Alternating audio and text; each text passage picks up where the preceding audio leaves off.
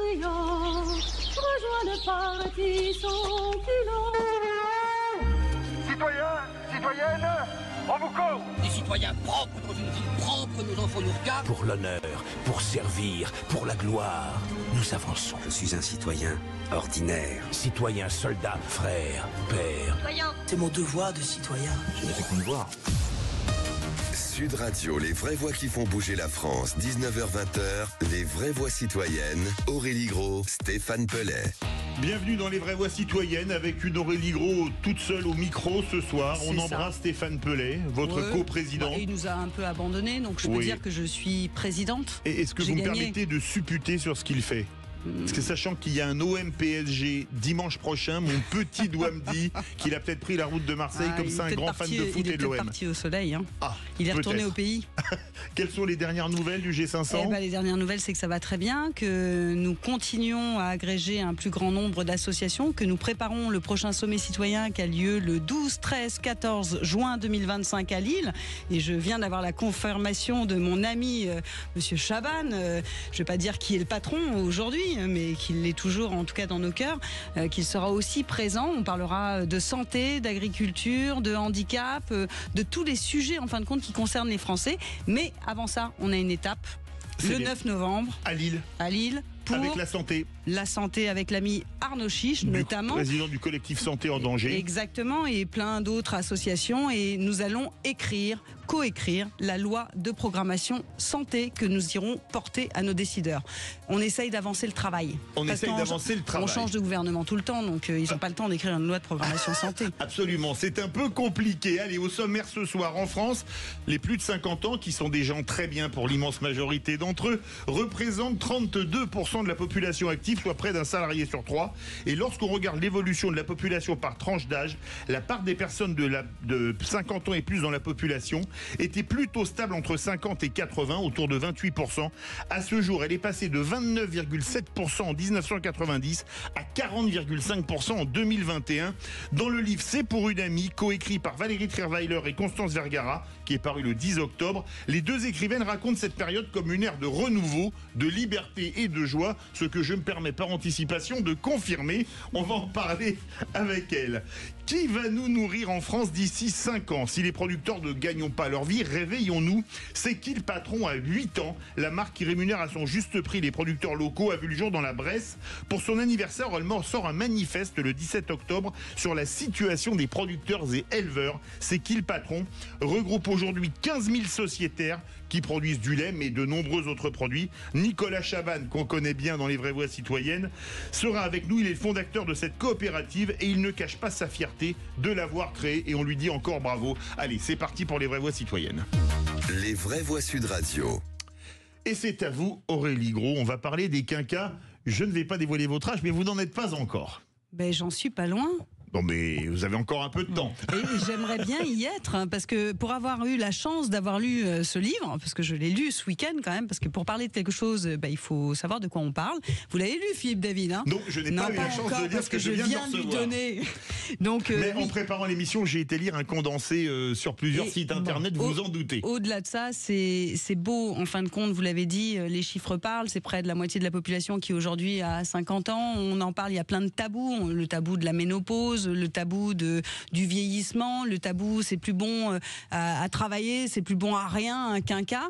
Et moi ça m'a beaucoup intéressée, j'ai trouvé ça drôle, j'ai trouvé ça touchant et j'ai surtout trouvé que ces deux femmes qui ont des parcours différents se sont retrouvées pour témoigner sur une vraie sincérité. Donc c'est pour ça, c'est le coup de cœur Sud Radio ce soir. Différents mais toutes les deux journalistes quand même. Oui, toutes les deux journalistes et toutes les deux pendant un temps journaliste à Paris Match. Absolument. Donc effectivement, on s'est rencontrés là-bas et on est restés amis depuis. Voilà, nous étions collègues et maintenant amis depuis longtemps. Collègues et amis. Et pourquoi avoir écrit ce livre à 4 mains alors ? 4 mains et on récolte des témoignages de toutes nos amies qui ont à peu près qui ont entre 50 et 60 ans. L'idée, c'était d'apporter plusieurs voix pour faire un tableau non exhaustif, mais en tout cas rigolo, plein de joie, plein de vie de cette décennie-là. Alors c'est vrai que c'est plein de joie. Moi, je pense que l'âge, la cinquantaine, c'est un âge merveilleux, je le dis franchement, et c'est assez bien résumé dans votre livre. Quand vous dites vos amis, je vais pas le faire en écriture inclusive comme c'est parlé, c'est AMI. Oui, S ou AMI-ES, parce que comme vous avez écrit le livre de femmes... surtout IES, surtout voilà, les copines. Hein. D'accord. Oui, mais pas seulement. En tout cas, le livre s'adresse aussi aux hommes. Non, mais le livre vrai s'adresse aux hommes, mais les témoignages sont des témoignages de femmes. Quand on parle de ménopause... Oui, évidemment. Oui. Et, voilà, et aujourd'hui, quand on parle de la société, c'est vrai qu'on a quand même l'impression que beaucoup de femmes, parce que là on parle des femmes, se sentent quand même mises au placard quand elles arrivent à la cinquantaine. Alors on peut parler mises au placard de leur homme, ou femmes peut-être, oui. C'est pas le problème, mais en tout cas de leur conjoint, et mise en placard aussi au niveau professionnel. Est-ce que vous pensez que le regard commence à changer ? Oui, vraiment. En fait, c'est d'ailleurs aussi pour ça qu'on a écrit ce livre. C'est pour réagir au décalage du récit sur la femme de 50 ans, un peu une femme fantôme qui serait complètement déprimée, en perdition. On parle de femmes périmées aussi, et la réalité est tout autre. Ça, c'est terrible, femme périmée. J'ai l'impression d'entendre parler d'une plaquette de beurre périmée ou d'un yaourt périmé. Là, on parle de ça devant le producteur, devant le patron. Mais lui, il n'a pas de lait périmé. Oui. Non, mais en fait, c'est venu même de notre propre expérience, enfin la mienne. Moi, je me suis fait virer comme ça, Manu Militari, en 10 minutes à 55 ans, parce qu'en fait, la frontière, là, pour l'espace professionnel, il est vraiment à 55 ans. Si vous regardez les statistiques, pas loin d'une femme sur deux qui est sans emploi, sans CDI. Hein, après, elle se débrouille comme elle peut. Mais donc voilà, c'est aussi effectivement, on a l'impression que nous, on est à notre maximum d'expérience. On se sent des femmes puissantes. Et si au bout du compte, c'est ça qui faisait peur. Parce que la plupart du temps, on est viré par des hommes, hein, tout le temps. Vous avez la même analyse qu'au Source Vergara ? Oui, bien sûr. En fait, à 50 ans, on est pleine de compétences, d'atouts dans la vie professionnelle. En fait, on est des pépites pour les employeurs. On coche toutes les cases. Il n'y a plus de risque de grossesse, il n'y a plus de risque, moins d'absentéisme parce que les enfants sont grands ou même ont quitté le nez familial. On voit même on est grand-père ou grand-mère. Voilà, mais on est surtout pleine de compétences, de savoir-faire. Et d'envie de travailler et de bien faire. Mais comment expliquer ça ? On en a parlé en off juste avant. Moi, il y a une chose qui m'effare et j'en parle souvent au micro de Sud Radio, c'est l'emploi des seniors dont les boîtes ne veulent plus, alors que vous avez dit une chose très juste, plus on est âgé, entre guillemets, plus on a d'expérience et donc plus on est, vous l'avez dit, une pépite pour les entreprises. Oui. Comment expliquer ça en France, alors que par exemple en Allemagne ou aux États-Unis, c'est absolument pas le cas. Parfois il y a un problème économique, enfin un problème. Il y a plutôt un souci de faire des restrictions économiques et on va estimer qu'un emploi senior va être remplacé par un jeune qui va être rémunéré à la moitié moins cher. Donc ça existe vraiment. Bon, après, c'est vrai que sur ce marché de l'emploi, il faut aussi faire de la place aux jeunes. Mais malgré tout, 50-55 ans, c'est quand même très, très tôt encore pour faire de la place aux jeunes. Surtout s'il faut travailler jusqu'à 67. Exactement, j'allais y venir. Et quand on allonge l'âge de la retraite, on n'a pas pensé à ce souci-là. Voilà, qu'il y a des jeunes qui commencent à frapper à la porte. Mais nous, désolé, on est encore là. Non, ce qui est intéressant aussi dans votre livre, c'est qu'effectivement, il y a toute cette question de société, travail, qui est difficile, et on constate effectivement que les choses ne sont pas encore vraiment clean du côté employeur, on va dire ça comme ça. Et vous consacrez aussi une grosse partie du sujet sur un sujet qui est relativement tabou. Mais moi, j'aime bien qu'on parle des sujets tabous, qui est le sujet de la ménopause. Et la ménopause qui est vue comme, effectivement, femme périmée, vous ne pouvez plus enfanter, donc vous n'êtes plus une femme. Je simplifie, mais c'est en tout cas l'image. Ce qui est le summum de la bêtise, à mon avis. Hein. Ah, totalement, mais moi, je rêve d'être ménopausée, personnellement. Je le dis à la radio. C'est le scoop du jour sur Sud Radio. Écoutez, toutes les femmes, je pense, ont leur lot pendant un certain nombre d'années. Au bout d'un moment, elles ont envie d'un peu de tranquillité. On a assez donné, quand même. On a assez donné. Donc, je trouve que c'est intéressant d'ouvrir les yeux et que les hommes qui lisent votre livre puissent au moins voir ce que les femmes ressentent dans tout ça, parce que c'est quelque chose de méconnu dont on ne parle pas. Voilà, nous on aborde tous les sujets comme vous venez de dire, et notamment la ménopause, sans aucune victimisation. On n'est pas non plus dans le déni. Bien sûr qu'il y a certaines femmes qui le vivent de façon douloureuse, compliquée. Les symptômes sont là. Mais on a décidé aussi de voir les choses de façon plus positive et d'essayer de se bouger. En fait, il faut quand même aller de l'avant, ne pas se laisser abattre, quel que soit le secteur de sa vie, et notamment au niveau de la santé.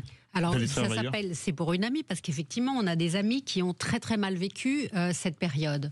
Et mal vécu aussi d'être quitté, c'est sûr, c'est jamais drôle. Mal vécu d'être viré, c'est jamais drôle non plus. Mais nous, tout notre postulat, c'est de dire, après tout, si on faisait de tout, ces désagréments, tous ces échecs, ou ça peut être autre chose, d'en faire finalement une nouvelle vie et quelque chose d'agréable. Donc c'est ça. Et donc notamment aussi sur le manque d'emploi, on a découvert les slasheurs. Les slasheurs. Les slasheuses. Eh bien écoutez, quel meilleur teasing. Qu'est-ce qu'un slasher? Qu'est-ce qu'une slasheuse? On en parlera dans quelques instants avec Valérie Trierweiler et Constance Vergara, auteurs de ce livre, un manuel à l'usage des quinquas qu'il faut lire. C'est pour une amie, mais ça marche aussi pour les hommes. Oui. Allez, on se retrouve tout de suite au micro de Sud Radio pour les vraies voix citoyennes. Sud Radio. Sud Radio. Parlons vrai. Parlons vrai. Sud Radio. Parlons vrai.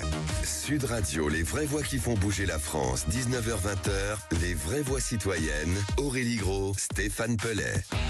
Retour des vraies voix citoyennes avec évidemment Aurélie Gros. On embrasse Stéphane Pellet qui n'est pas là aujourd'hui et on parle notamment des quinquas avec ce livre C'est pour une amie, manuel à l'usage des quinquas, coécrit par Valérie Trierweiler et Constance Vergara. Et alors vous avez fait un teasing parfait, vous allez parler des slashers. Qu'est-ce qu'un ou un slasher? Parce que sinon ce serait une slasheuse, c'est ça? Voilà. Expliquez-nous ce que c'est. Eh bien, le slashing, c'est un nouveau mode de travail qui consiste à accumuler plusieurs activités professionnelles. Le slash, c'est la barre oblique qu'il y a sur l'écran. Donc on peut être prof d'anglais, guide touristique, traductrice, par exemple. D'accord, oui. Ça veut quand même dire souvent que on n'a pas de quoi terminer le mois. C'est-à-dire qu'on cumule des activités professionnelles. Certains le font, et de plus en plus chez les jeunes, par goût, par choix, par créativité, pour donner du sens à sa vie. Mais beaucoup, et notamment chez les seniors, le font parce qu'il faut bien s'en sortir financièrement. Mais moi j'ai connu ça dans un pays européen qui s'appelle le Portugal, où j'ai passé beaucoup de temps dans une ancienne vie professionnelle, où beaucoup de gens pour arriver à vivre étaient des slasheurs. Bon, on n'utilisait pas le mot slasher. En fait, plus rigolo des slasheuses que c'est. Voilà, c'est des slasheuses sans le savoir. Oui, comme Monsieur Jourdain faisait de la prose sans le savoir. Alors il y a un sujet, parlons vrai. Vous avez parlé vrai déjà tout à l'heure. Vous parlez notamment être quinquas, c'est une étape dans la vie sexuelle, professionnelle et également sexuelle. Pourquoi sexuelle? Je vais laisser Constance répondre là. Pourquoi? Mais en fait, on parle beaucoup des femmes célibataires. Nous sommes 3 millions de femmes célibataires entre 50 et 60 ans. 3 millions? 3 millions. Et ça fait combien de pourcents de la classe d'âge, grosso modo? J'ai oublié le chiffre. Un tiers Non, de la classe d'âge, c'est 11 millions, la classe d'âge. Donc, voilà. 3 millions, c'est à peu près un tiers. Un quart. Un quart. Ouais, entre un quart et un tiers, oui. On dit aussi dans le livre qu'on n'est pas toujours très fort dans les calculs, donc là vous nous piégez. Ça c'est très personnel, pas de généralité. Et donc c'est 3 millions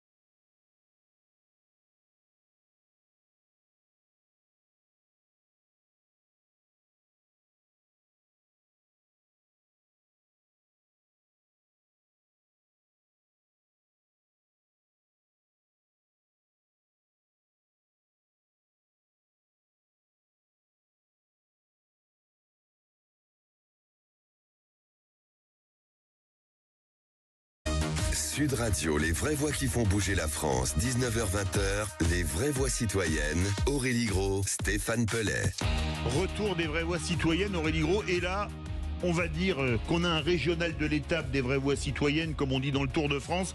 C'est notre ami Nicolas Chaban, le fondateur de C'est qui le patron ? Tout à fait, vous avez déjà sans doute croisé les plaquettes de beurre, la superbe... il se déplace jamais sans sa brique de lait, mais il y a aussi des compotes. Vous pouvez la montrer, allez-y. Hein. Il y a des jus de fruits, il y a des confitures, maintenant il y a des sardines. J'ai vu qu'il y avait des sardines, c'est des sardines ? Oui, parce que les pêcheurs sont en difficulté. Donc voilà, donc avec une baseline percutante, simple, sobre, mais on ne se trompe pas quand on arrive dans les rayons des supermarchés. Et ce lait, par exemple, c'est le lait qui rémunère au juste prix.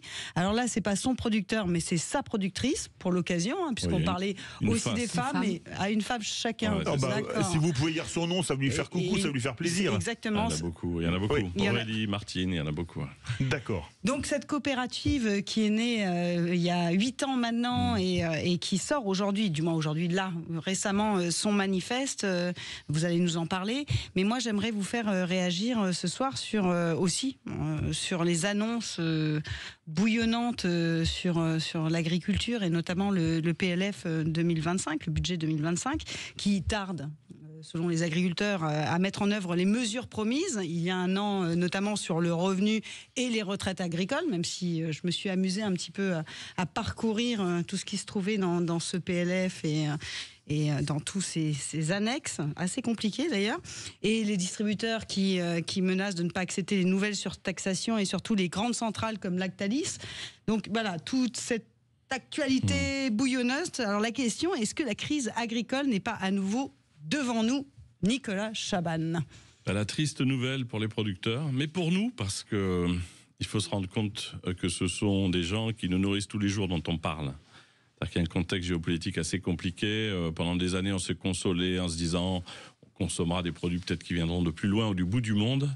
Là, vous savez, le bateau qui vient de Nouvelle-Zélande, qui sillonne entre les conflits, c'est de plus en plus un pari aléatoire. On a à nos portes des gens qui font de la très bonne nourriture. Il faut qu'ils s'en sortent. Donc la crise, elle est toujours là. Ce qui est très triste, c'est qu'elle était là il y a un an. Il y a très peu de choses qui ont changé. Ils vont repartir, évidemment, et ils ne peuvent pas faire autrement. On ne parle pas de gens qui demandent 2 mois ou 2 semaines de plus de vacances. On est juste en face de gens qui, dans le lait, travaillent du lundi au dimanche. Rendons-nous compte de ce que ça veut dire. Du lundi au dimanche, c'est tous les jours. Le vendredi, il n'y a pas de week-end. Tu travailles le samedi, la traite à 5h30, la traite le soir, et le dimanche, pareil. Et tu rêves de quelques jours de vacances. Cette famille-là qui nourrit les autres est finalement la famille professionnelle la plus fragile en France. Donc il faut qu'on réagisse et ce drame qui est le leur, c'est aussi le nôtre. Alors une chose importante, on parle très souvent des agriculteurs sur Sud Radio, on les aime et on les soutient puisque vous l'avez dit, c'est eux qui nous nourrissent. Sur votre brique, il y a marqué 1,27 €. Ouais. C'est le prix du litre de lait. Comment se découpe un litre de lait qu'on achète au rayon du supermarché? Alors nous, on est une coopérative de consommateurs, donc on a finalement fait tout en transparence, parce qu'en fin d'année, on n'a pas d'actionnariat, il n'y a pas de dividendes qui sortent vers... on vous exige pas une rentabilité à 2 chiffres? Non, on est libéré de ça, donc on a pu faire les choses différemment, puisque l'argent reste toujours pour le soutien des producteurs. Alors on a fait vous allez voir, en 40 ans, voilà comment ça se passait avant. Les producteurs, les distributeurs vendaient du lait, et puis comme le copain d'à côté, le magasin était moins cher, il fallait baisser cette brique de lait, et à la fin, la surface la plus fragile, un peu molle, qui se défend pas, le producteur, c'est à lui qu'on disait « voilà ce qu'on peut te laisser ». Nous, consommateurs, comme c'est plus important, la plus importante partie, c'est les producteurs, on a inversé. On a dit combien il vous faut, je parlais de Martial Darbon tout à l'heure, la première réunion, nous, consommateurs, c'était... Pour marquer cette phrase-là, ce lait rémunère au juste prix son producteur, on ne veut pas que ce soit du marketing. Combien? À l'époque, c'était 39 centimes. Là, par litre? Par litre. D'accord. Là, on est remonté à 54 centimes. C'est le prix fixé par les producteurs. Et on a inversé le système, on a remis des marges raisonnables pour tout le monde au-dessus. On est arrivé un jour dans le bureau de Carrefour, c'était la première enseigne, en disant « Voilà, bonjour monsieur Carrefour, c'est le prix auquel on est prêt, nous, à payer cette brique de lait. » les consommateurs, et on protège le producteur. Et c'est comme ça que vous avez sous les yeux, et c'est une victoire collective, La brique de lait la plus vendue en France. C'est hors celle-là MDD. maintenant. Et plus belle victoire collective encore. C'est génial. Et soyons tous fiers de ça. Il y a un grand organisme qui mesure les ventes à la sortie des supermarchés qui nous a appelés, étonnés, Nielsen. en nous disant Nielsen.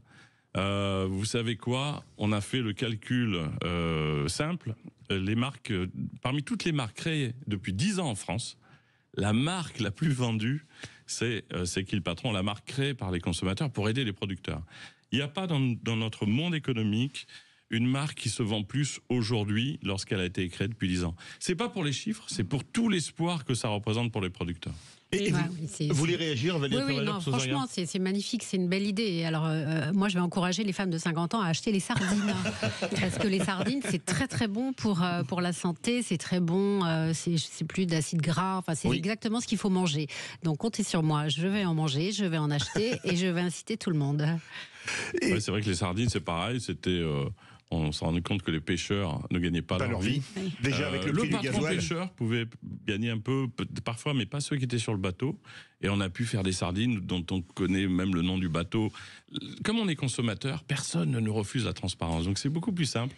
Et ça nous permet de donner des informations à tout le monde. Alors, ce qui est beau dans la démarche, c'est qu'on a réussi, du moins Nicolas a réussi à dire au consommateur, en fait, qu'il va payer un peu plus cher, mais pour quelque chose et pour la cause, en fin de compte. C'est un peu comme le consentement à l'impôt. Vous voyez, les gens veulent bien payer des impôts, mais ils aimeraient bien savoir où partent leurs impôts. Et le problème aujourd'hui, c'est qu'ils ne savent pas où ça part. Là, ils savent. C'est tout simple, on voit que... Ouais, c'est là, vous voyez, vous avez même la décomposition du prix. Exactement. Vous savez où va chaque centime. Ah bah allez-y, dites-nous où vont chaque centime, c'est quand même intéressant. Vous achetez cette brique de lait, 54 centimes au producteur, prix demandé par lui et par tous les producteurs. Pas un représentant qui vous dit à ce prix-là, vous verrez les gars, on va bien. Il y a 0,3 qui est vers les organisations de producteurs pour les aider. Il y a 7 centimes qui sont directement la TVA. Et puis après, il y a un bloc, 61 centimes. C'est le collecteur, le distributeur, celui qui met le lait en brique, c'est une marge raisonnable. Et il y a 5 centimes vers l'initiative, donc c'est qui le patron, en sachant qu'à la fin, quand il reste pas mal d'argent, parce que ça marche très bien, tout revient dans un fonds de soutien aux producteurs, et on sait qu'il n'y a pas un centime qui se perd en chemin.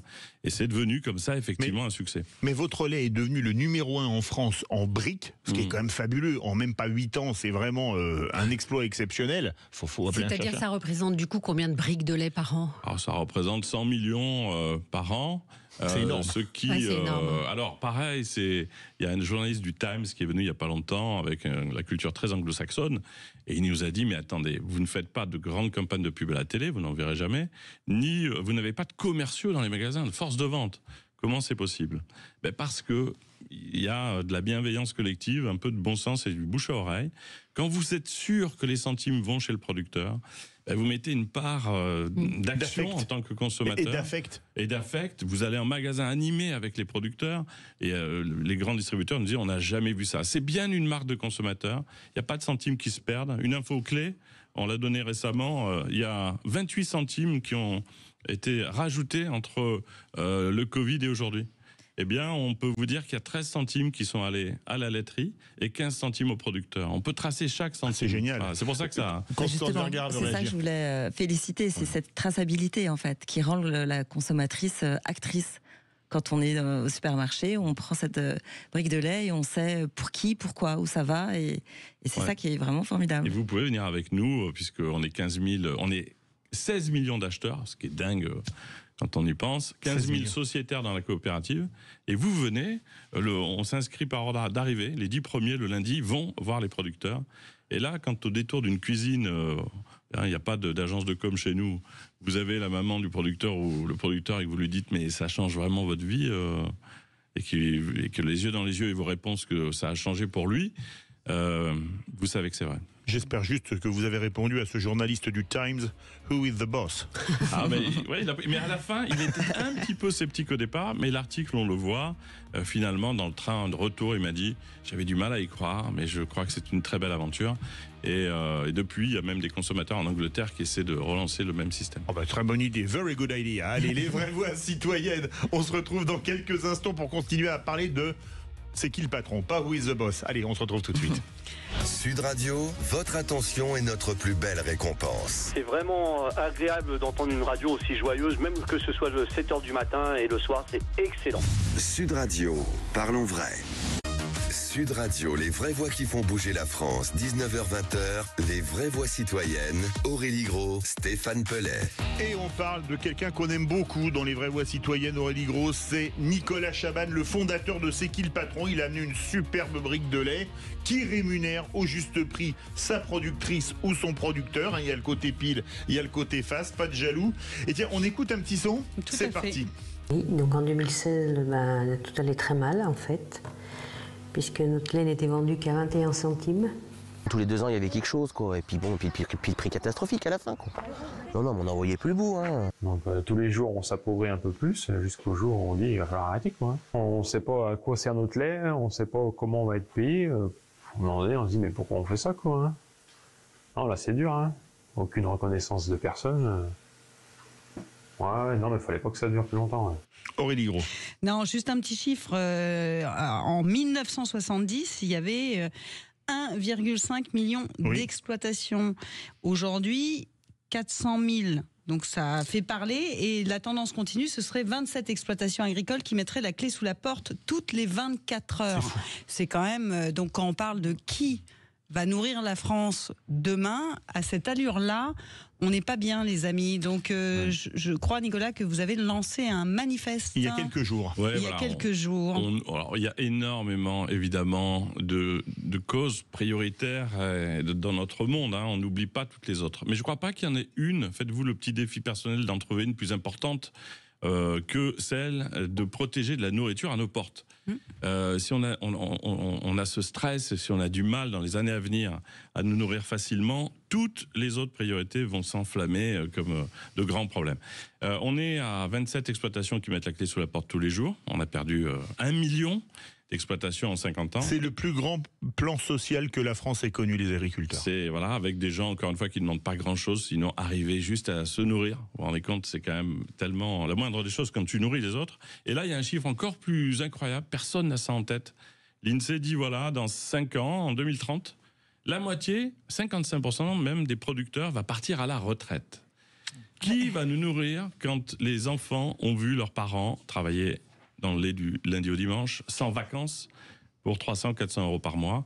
Je crois qu'en France, il n'y a pas un sujet, encore une fois, il y a beaucoup d'autres priorités, certes, mais celui-là, il faut arriver à le résoudre. Et on a une chance pour, d'ailleurs, le monde politique qui a du mal à trouver des solutions depuis un certain temps, c'est que 99% des gens, et je laisse ce pourcent par principe, des citoyens sont d'accord avec le fait que les producteurs puissent s'en sortir et gagner leur vie.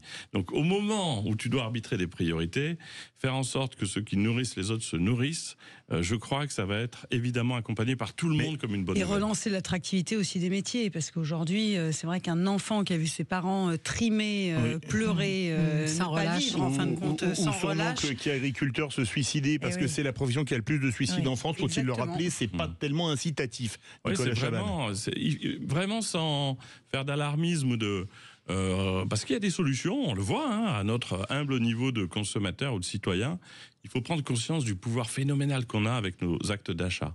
Il peut y avoir n'importe quelle disposition prise au plan politique. Si à un moment donné, on n'achète pas le produit qui serait un écho à une disposition... Consommer, c'est voter. Voilà, consommer, évidemment. C'est ce que dit Perico Légas, qu'on connaît bien. Il a raison, la carte bancaire, c'est le bulletin de vote le plus efficace qui soit et renouvelé.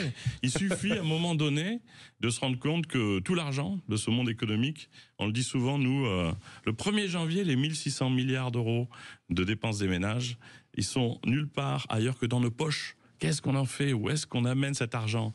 En protégeant les producteurs, mais il faut parler d'autres démarches. Vous avez Cantavélote, vous avez Faire France. J'essaie de montrer que nous, on n'est pas centré sur une marque.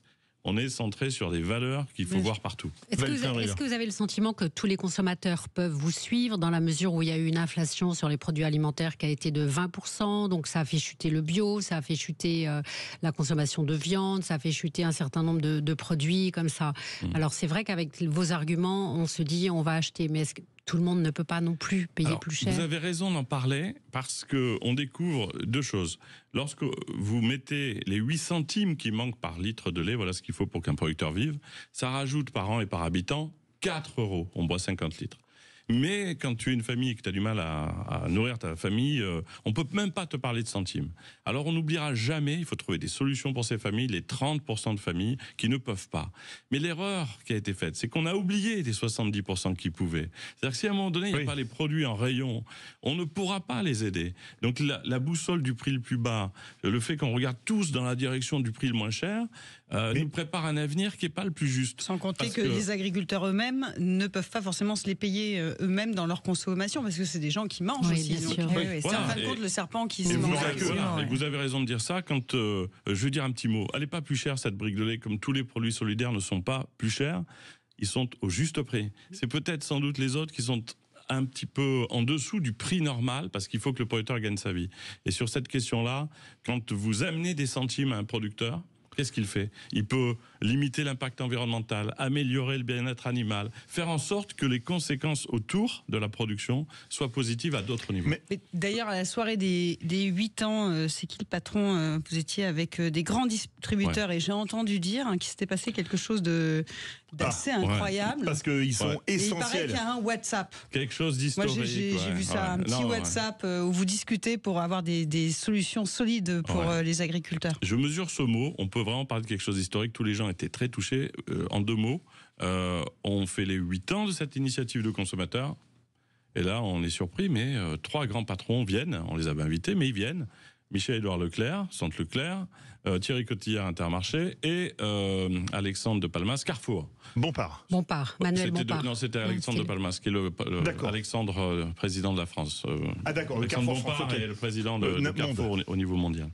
Et donc, les 3, sur cette scène, nous disent, vraiment rien n'était prévu. Je crois qu'il faut qu'on fasse une chose d'urgence. Bon, ils ont été un peu aidés par votre consoeur Karine Lemarchand qui a dit à ses grands patrons, les sociétaires de l'initiative, elle nous aide en coulisses. On va arrêter de se tirer la bourre sur les produits qui engagent la vie des producteurs. Et en cœur, ils ont dit OK. Pour la première fois, 3 grands distributeurs, les 3 plus grands, se disent on arrête de faire une bataille des prix qui fait qu'à un moment donné, le producteur est impacté par cette bagarre des prix. On va faire en sorte qu'un maximum de produits les sauvent et les nourrissent. Donc, on entre dans une nouvelle ère où la cause est tellement universelle et grave, sauver les producteurs qui nous nourrissent, que des actions collectives vont maintenant se mettre en œuvre. Alors, on m'a dit, oui, est-ce que ça va marcher ? J'en suis sûr. C'est intéressant d'avoir les distributeurs dans la démarche. Parce que Carrefour, Intermarché et Leclerc, c'est 70% de la distribution, grosso modo, en France. Voilà, un petit peu moins, mais c'est beaucoup. Moins. Et vous savez, ça va marcher parce qu'ils se sont engagés devant des producteurs et leurs clients. Nous, consommateurs, on est une coopérative. On ne prendra pas cet engagement à la légère et on fera en sorte que ce soit le cas. J'ai une question. On a parlé de Lactalis, notamment, qui est le géant des produits laitiers en France. Est-ce que les industriels jouent le jeu, eux aussi? Lactalis, on a eu toujours une réserve. On a passé 7 ans à parler de ce qui était positif et beau. On n'a pas voulu parler des autres. Là, on était obligé, il y a 800 familles rayées par un grand géant en 10 minutes. Voilà, la vie de 800 familles s'arrête. Parce que sur l'autel de la rentabilité, il faut trouver des solutions. Eh bien, il y a des laiteries comme LSDH, la laiterie familiale, là, qui met cette brique en brique, c'est ce lait en brique, qui nous a dit on va leur tendre la main. Donc il y a encore de la solidarité, mais rappelons-nous aussi une chose, c'est que Lactalis, Nestlé, Danone ne sont grands que d'une chose, la capacité qu'on a à leur amener de l'argent. Donc finalement, on a un vrai pouvoir. De façon très bienveillante, il faut qu'on se rende compte qu'on est des arbitres de ces injustices ou de ces réparations. Donc faisons en sorte d'acheter des produits qui aident vraiment les producteurs. Constance Vergard, les grands distributeurs dont vous parliez ne peuvent plus aujourd'hui faire autrement, à mon avis, que de s'entendre, puisque les consommateurs, vous disiez, soutiennent évidemment nos agriculteurs. Ouais, on est tous d'accord, il n'est pas question que les agriculteurs soient les perdants. Faut que ça s'arrête. On connaît le nombre de suicides, vous le rappeliez. Ces familles-là ont du mal à vivre. Est-ce que les jeunes vont prendre la relève? Enfin, il y a bien un moment où il faut que certains fassent un pas de côté, s'entendent et se disent on se tape dans la main et c'est pas par bienveillance ou par philanthropie qu'ils le font. C'est que de toute façon, on les regarde maintenant. Oui, on espère aussi de la bienveillance, mais de toute manière, il n'y a pas de mauvaise raison au fait d'aider les producteurs. C'est tellement urgent. Et quand ils se sont rendus compte que c'était donc la marque la plus vendue parmi les marques créées depuis 10 ans, que c'était un énorme succès, et que certainement, si les producteurs disparaissaient, ils auraient beaucoup moins de produits aussi à mettre dans les rayons. Là, je ne parle pas des gens qui étaient avec nous sur scène, je les connais un peu, je crois qu'ils avaient d'autres motivations, mais même le plus scénique doit mettre d'urgence des produits qui protègent les producteurs à nos portes. Sinon, on va manquer de nourriture en France, c'est déjà le cas, pas de fruits et légumes suffisamment, pas de poulet, pas de beurre. Ne laissons pas notre nourriture disparaître. Un mot de la fin, Aurélie Gros, très court. Merci Nicolas. Donc vous l'aurez compris, il faut acheter C'est qui le patron, ce lait qui rémunère au juste prix, mais ainsi que le beurre, etc. etc. Et moi, je vous donne rendez-vous le 2-3 mai dans la Drôme, l'Isère, dans le parc naturel des Baronnies, avec des agriculteurs éleveurs sur le thème l'eau bien mondiale publique, et on peut s'inscrire sur idéal-citoyen avec un s.fr dans le cadre du G500, je suis obligé de le dire. Et il faut le faire tout de suite. Et merci. on se battra pour défendre notre belle France. Merci et nos producteurs. Merci Valérie Fermailer et Constance Vergarac, autrice du livre C'est pour une amie, manuel à l'usage des quinquas, publié aux ARED. Merci Nicolas Chaban, C'est qui le patron. Tout de suite, Sud Radio à votre service, et ensuite le rugby. Allez, à demain 17h pour les vraies voix. Au revoir.